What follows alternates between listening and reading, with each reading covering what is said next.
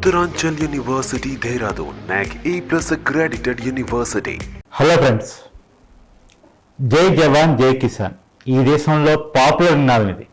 కానీ జై జవాన్ వర్సెస్ జై కిసాన్గా మారితే ఎందుకు ఈ మాట అంటున్నానంటే, నేను ఢిల్లీ సరిహద్దుల దగ్గర జరిగింది ఇదే కదా. వాస్తవానికి రైతులు 2.0 ఉద్యమాన్ని స్టార్ట్ చేశారు. 2.0 ఉద్యమాన్ని నేను ఎందుకంటున్నానంటే, గతంలో కూడా ఇప్పుడు ఏ ఉద్యమాన్ని అయితే స్టార్ట్ చేశారో ఆ రకమైనటువంటి ఉద్యమాన్ని గతంలో నిర్వహించి ఉన్నారు. ప్రభుత్వం కొన్ని హామీలు వాళ్ళకి ఇచ్చింది. ఆ హామీలు నెరవేర్చాలని కోరుతూ రెండో దఫా ఉద్యమానికి రైతులు సిద్ధమయ్యారు.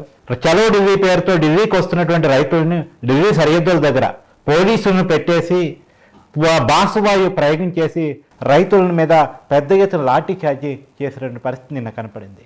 అలానే కాదు, రైతులు ట్రాక్టర్లతో వస్తూ ఉంటే రోడ్ల మీద మేకులు కొట్టి ఈ ట్రాక్టర్లకి పంక్చర్లు చేసే పని ప్రభుత్వం పూనుకుంది. అది మాత్రమే కాదు, ట్రాక్టర్లను అడ్డుకోవటం, రోడ్ల మీద గోడలు కట్టడం, ఇలా రకరకాలుగా బారికేడ్లు పెట్టడం, రైతులు ఢిల్లీకి రాకుండా చేసే పనిని ప్రభుత్వం పూనుకుంది.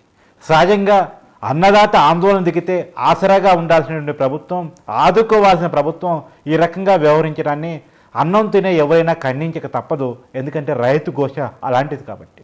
సరే, రైతులు ఏమైనా తప్పులు డిమాండ్ చేస్తున్నారా, ఏమైనా గొంతెం కోరికలు కోరుతున్నారా? ఒక్కసారి వాళ్ళ డిమాండ్ని చర్చించే ప్రయత్నం చేద్దాం.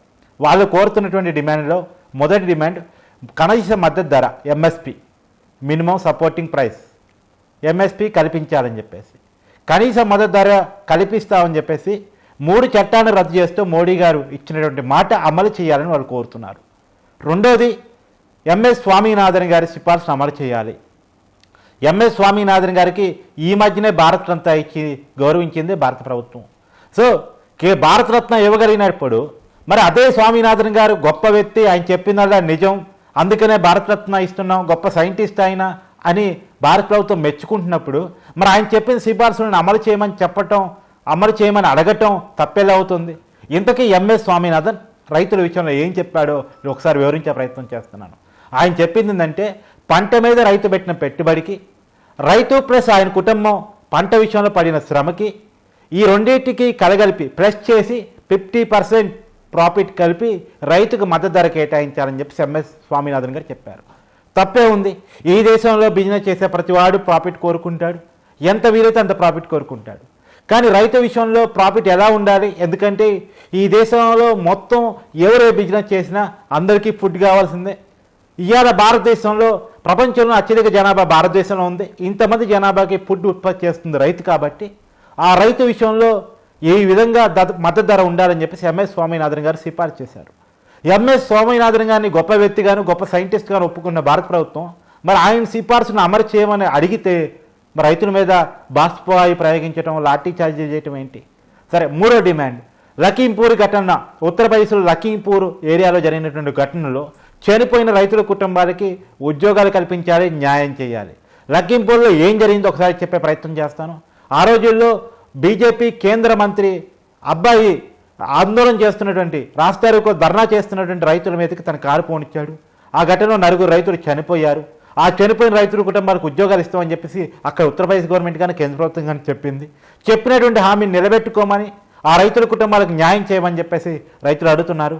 ఆ రోజు కారుతో తొక్కించిన వ్యక్తి ఇలా బయట దర్జాగా తిరుగుతున్నారు, అతను అరెస్ట్ చేసి శిక్షించాలని కోరుతున్నారు. దీంట్లో ఏమైనా తప్పు ఉందా ఫ్రెండ్స్? మీరు ఆలోచించాల్సినటువంటి అవసరం అయితే కనపడతా ఉంది. ఇంకొకటి, గతంలో రైతు ఉద్యమం జరిగినప్పుడు, రైతులు ఉద్యమం చేసినప్పుడు రైతుల మీద పెట్టిన కేసులు ఏవైతే ఉన్నాయో వాటన్నిటిని బేషరతుగా ఎత్తేయాలని వాళ్ళు డిమాండ్ చేస్తున్నారు. గతంలో ప్రభుత్వం ఇచ్చిన హామీ, వాస్తవానికి రైతులకి క్షమాపణ చెప్తూ మోడీ గారు, దేశ ప్రధానిగా ఉన్నటువంటి మోడీ గారు రైతులకు క్షమాపణ చెప్తూ రైతుల మీద ఉన్నటువంటి ప్రతి కేసుని వెనక్కి తీసుకుంటామని ఆ రోజు చెప్పారు. ఆ రోజు చెప్పినటువంటి మాటను నిలబెట్టుకోమని అడుగుతున్నారు. ఈ 4 ప్రధాన డిమాండ్లతో రైతులు రోడ్డెక్కారు. మరి ఈ 4 డిమాండ్లు ప్రభుత్వం ఇచ్చినటువంటివి, ఒప్పుకున్నటువంటివి, మరి ఒప్పుకున్న డిమాండ్ని అడగమని నెరవేర్చమని అడగడం తప్పేలా అవుతుంది? సో నెరవేర్చలేదు కాబట్టి రోడ్డు మీదకి వచ్చింది. చాలామంది అంటున్న విషయం ఏంటంటే, ఎన్నికల టైంలోనే గుర్తొచ్చాయా, ఎన్నికల టైంలో కావాలని రాజకీయం చేస్తున్నారు కొంతమంది అని చెప్పేసి. నిజమే, వ్యూహాలు రాజకీయ పార్టీలకి, రాజకీయ నాయకులకు మాత్రమే ఉంటాయా?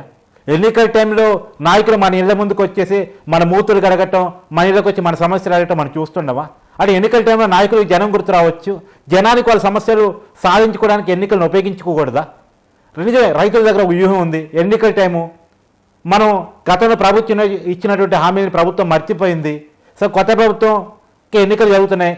సో ఈ ప్రభుత్వం మళ్ళీ ఎన్నుకోబడాలి అంటే, లేదా కొత్త వాళ్ళ అధికారం రావాలంటే రైతుల హామీ పట్ల స్వస్థతంగా ఉండాలి.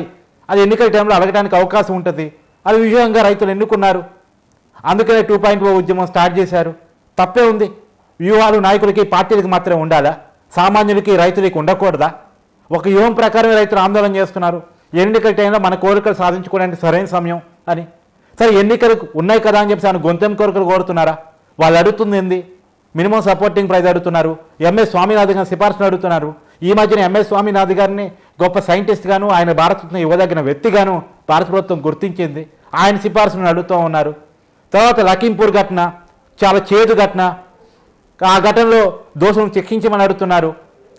అక్కడ చనిపోయినటువంటి కుటుంబాలను న్యాయం చేయమని అడుగుతున్నారు. రైతుల మీద పెట్టబడిన కేసులను వెనక్కి తీసుకోమని అడుగుతున్నారు.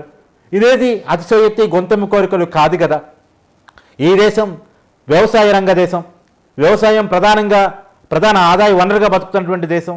కాబట్టి ఈ దేశంలో ఆ వ్యవసాయం మీద ఆధారపడుతున్న రైతాంగాన్ని, రైతుల్ని కాపాడుకోవటం ప్రభుత్వాల బాధ్యత కదా. మరి ఆ బాధ్యతని గుర్తు చేస్తుంటే అప్రిషియేట్ చేసి వాళ్ళ కోరికలు తీర్చాల్సిన ప్రభుత్వాలు వాళ్ళ మీద లాఠీ చార్జీలు చేయటం ఏంటి? వాళ్ళన్నో మనం తినుకుంటూ, వాళ్ళ కష్టాన్ని మనం హ్యాపీగా అనుభవించుకుంటూ, వాళ్ళ కష్టంలో ఉన్నప్పుడు, వాళ్ళ ఆవేదనగా ఉన్నప్పుడు, వాళ్ళ ఆందోళనగా ఉన్నప్పుడు వాళ్ళకి ఆశ్రయంగా నిలవాల్సింది పోయి వాళ్ళ మీద బాష్పవాయువు ప్రయోగించడం, లాఠీ చార్జీ చేయడం ఎంతవరకు కరెక్టు? నేను వాళ్ళ మీద బాష్పవాయువు ప్రయోగిస్తున్నప్పుడు ఆ బాష్పవాయు సెల్కి ఒక రిపోర్టర్ కూడా, ఇండియా టుడేకి సంబంధించిన ఒక రిపోర్టర్ కూడా గాయపడ్డాడు. ఇది నిజంగా దారుణం కదా. కాబట్టి ప్రభుత్వాలు రైతుల విషయంలో ఆలోచించుకోవాలి. ఇవాళ అర్జున్ ముండా గారు, అంటే కేంద్ర మంత్రి, వ్యవసాయ శాఖ మంత్రిగా ఉన్నటువంటి వ్యక్తి రైతుల్ని చర్చలుగా పిలిచారు. ఈ చర్చలు సఫలం కావాలని కోరుకుంటా ఉన్నాం. కొత్తగా చర్చలు జరగాల్సినటువంటి అవసరం కూడా లేదా నిజానికి. ఈ రైతులు అడుగుతుంది, గతంలో ప్రభుత్వం ఇచ్చినటువంటి హామీలు, మాటలు అడుగుతూ ఉన్నారు. వాటిని నెరవేర్చాలని చెప్పేసి ప్రతి ఒక్కరూ డిమాండ్ చేయాల్సిన అవసరం, కోరుకోవాల్సిన అవసరం ఉంది. ఈ దేశంలో దేవుడి మీద ఉన్న ప్రేమ రైతు మీద కూడా ఉండాలని చెప్పేసి ప్రజలంతా కోరుకుంటున్నారు. అన్నం పెట్టే రైతానికి న్యాయం జరగాలని చెప్పేసి దేశవ్యాప్తంగా రైతు అన్నం తినేటువంటి ప్రతి ఒక్కరూ డిమాండ్ చేస్తున్నారు. Thank you.